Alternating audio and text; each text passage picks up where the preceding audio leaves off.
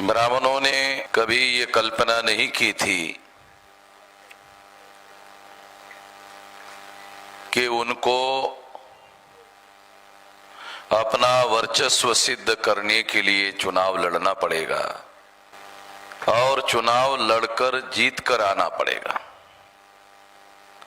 ये उन्होंने नहीं सोचा था।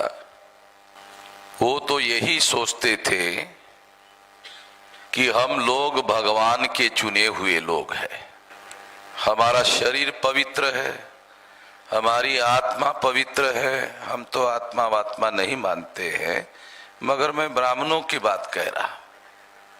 ब्राह्मण ऐसा सोचते थे, हमारा शरीर पवित्र है, दूसरों का नहीं है, हमारी आत्मा पवित्र है और इसलिए भगवान ने हमें दुनिया पर राज करने के लिए चुना हुआ है। अब हमें चुनाव लड़ने की कोई जरूरत नहीं है और चुनाव लड़कर जीत कर आने की जरूरत नहीं है और जीतकर अपना वर्चस्व सिद्ध करने की जरूरत नहीं है। वो यही सोचते रहे। उन्होंने कभी ये कल्पना नहीं की थी कि हमको अपना वर्चस्व सिद्ध करने के लिए चुनाव लड़ना पड़ेगा, चुनाव जीतना पड़ेगा। मगर ये हालात तब पैदा हुए जब 1917 को इंग्लैंड में प्रौढ़ मताधिकार का एडल्ट फ्रेंचाइज का आंदोलन शुरू हुआ और इंग्लैंड के लोगों ने, अंग्रेजों ने आंदोलन शुरू किया कि हर 21 साल के व्यक्ति को वोट का अधिकार होना चाहिए।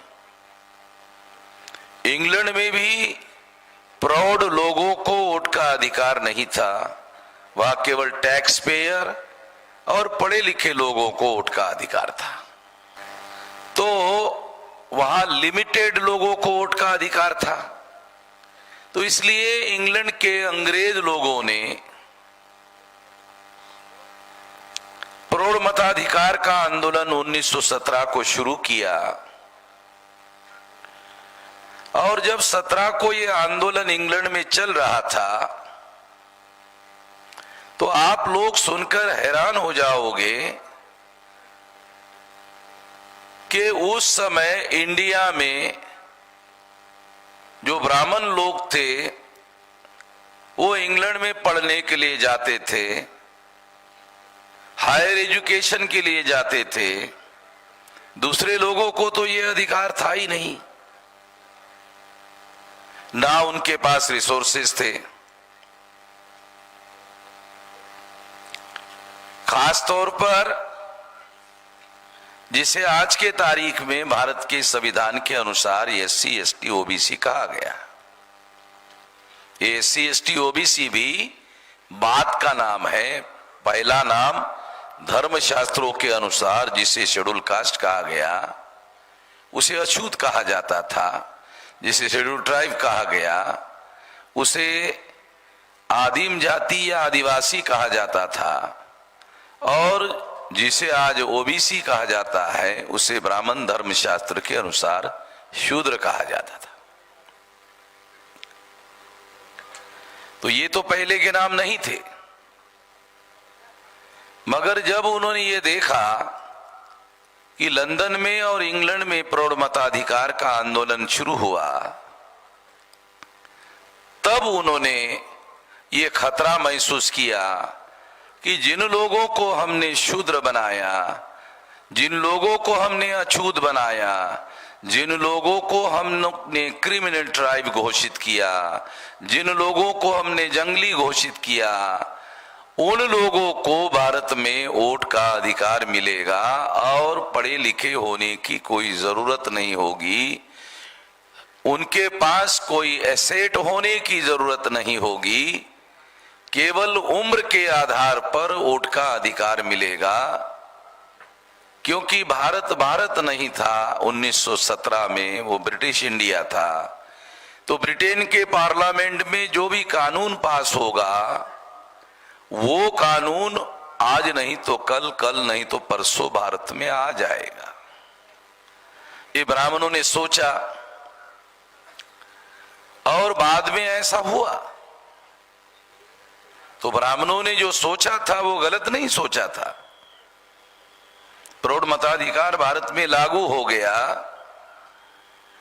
लागू होने के बाद एक बहुत बड़ी परिस्थिति, कॉन्ट्रेडिक्टरी परिस्थिति डेवलप हो गई कि ब्राह्मणों की संख्या 3.5% और 3.5% जो ब्राह्मण है वो ब्राह्मण अगर ईमानदारी से भारत में चुनाव हो जाए तो ग्राम पंचायत का पंच नहीं चुनवा सकते, सरपंच बनाने का सवाल नहीं है। जो लोग देश में सरपंच नहीं बना सकते वो लोग देश की पंचायत का प्रधानमंत्री नॉमिनेट करने का काम आज के तारीख में कर रहे हैं। तो ये सारा चमत्कार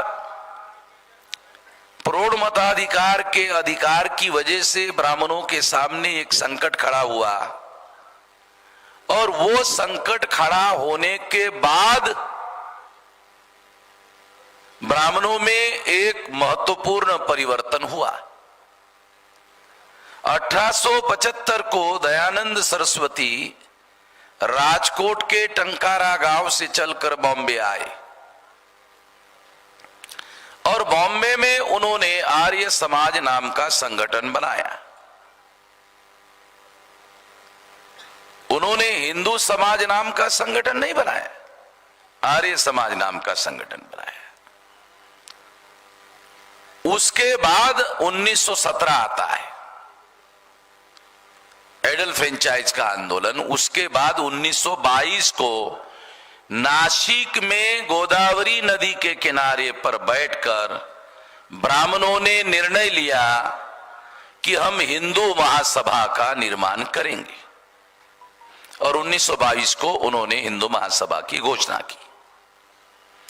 1875 और 1900 तक 25 साल हो गए और 25 के बाद 22, 47 ईयर। 47 ईयर में ब्राह्मणों ने यू टर्न लिया। दयानंद सरस्वती ने सत्यार्थ प्रकाश के किताब में लिखा हुआ है कि पर्शियन भाषा बोलने वाले जो मुसलमान हैं उन मुसलमानों ने हमें हिंदू कहा है। ये हिंदू हमें पर्शियन भाषा बोलने वाले मुसलमानों के द्वारा दी हुई गाली है और हमें यह स्वीकार नहीं है, हम इसे मंजूर नहीं करते। ये बात दयानंद सरस्वती ने 1875 के बाद लिखे हुए ग्रंथ में लिखी और उस समय दयानंद सरस्वती भारत में अकेले ब्राह्मणों के सबसे बड़े नेता थे। उसके बाद बाल गंगाधर तिलक। बाल गंगाधर तिलक दयानंद सरस्वती के पहले नहीं है। तो ब्राह्मणों के सबसे बड़े नेता, उन्होंने ये कहा था, उसका निर्णय ब्राह्मणों ने बदल दिया और जिस हिंदू को पर्शियन भाषा बोलने वाले मुसलमानों के द्वारा गाली कहा गया उस शब्द को ब्राह्मणों ने स्वीकार किया। यह सारा चमत्कार प्रौढ़ मताधिकार के आंदोलन का था। अभी एससी एसटी ओबीसी को भारत में 1917 को प्रौढ़ मताधिकार नहीं मिला। 1919 को फर्स्ट इंडिया एक्ट पास हुआ, उसमें भी प्रौढ़ मताधिकार लागू नहीं हुआ। 1932 को राउंड टेबल कॉन्फ्रेंस हुई, उसमें भी प्रौढ़ मताधिकार अंग्रेजों ने नहीं माना। 1935 को सेकंड इंडिया एक्ट पास किया गया भारत के लिए ब्रिटिश पार्लियामेंट के द्वारा, वहां भी प्रौढ़ मताधिकार स्वीकार नहीं किया गया। मगर ब्राह्मणों को यह अंदेशा था कि आज नहीं तो कल, कल नहीं तो परसों लागू होगा। और 26 जनवरी 1950 को ये लागू हो गया, क्योंकि राउंड टेबल कॉन्फ्रेंस में बाबा साहब आम्बेडकर इसकी लड़ाई लड़ रहे थे। गांधी जी इसके विरोध में थे।